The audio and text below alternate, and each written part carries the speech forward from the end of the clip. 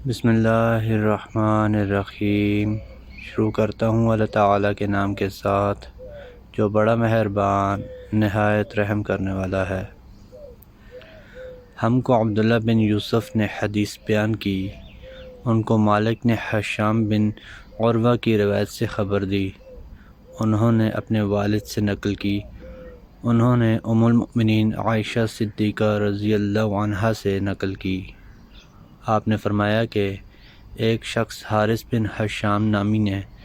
نبی کریم صلی اللہ علیہ وآلہ وسلم سے سوال کیا تھا کہ یا رسول اللہ، آپ پر وحی کیسے نازل ہوتی ہے؟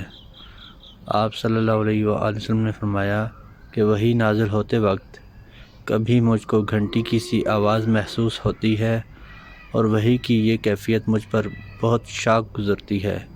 جب یہ کیفیت ختم ہوتی ہے تو میرے دل و دماغ پر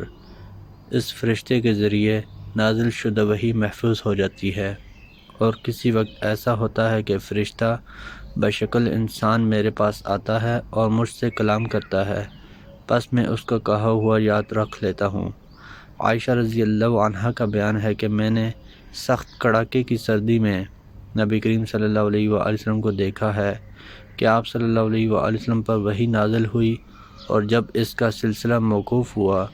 تو آپ صلی اللہ علیہ وآلہ وسلم کی پیشانی پسینے سے شرابور تھی۔ ہم سے عبداللہ بن موسیٰ نے یہ حدیث بیان کی،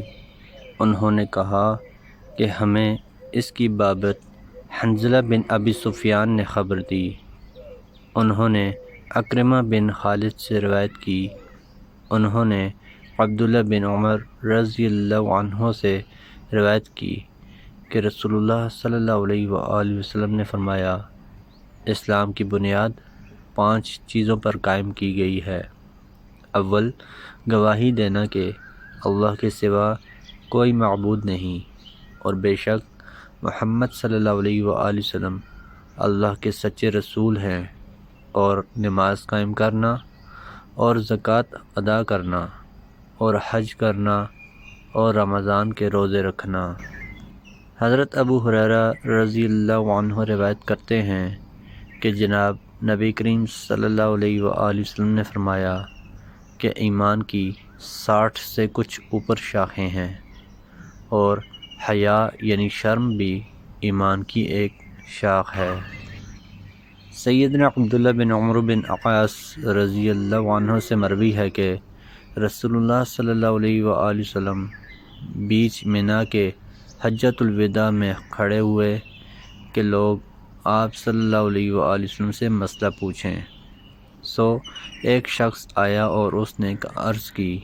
کہ یا رسول اللہ، میں نے نہ جانا اور سر منڈا لیا اونٹ نہر کرنے سے پہلے، تو آپ صلی اللہ علیہ وآلہ وسلم نے فرمایا، اب قربانی ذبح کر لو اور کچھ حرج نہیں۔ پھر دوسرا آیا اور اس نے عرض کی کہ یا رسول اللہ، میں نے نہ جانا اور قربانی ذبح کر لی کنکر مارنے سے پہلے،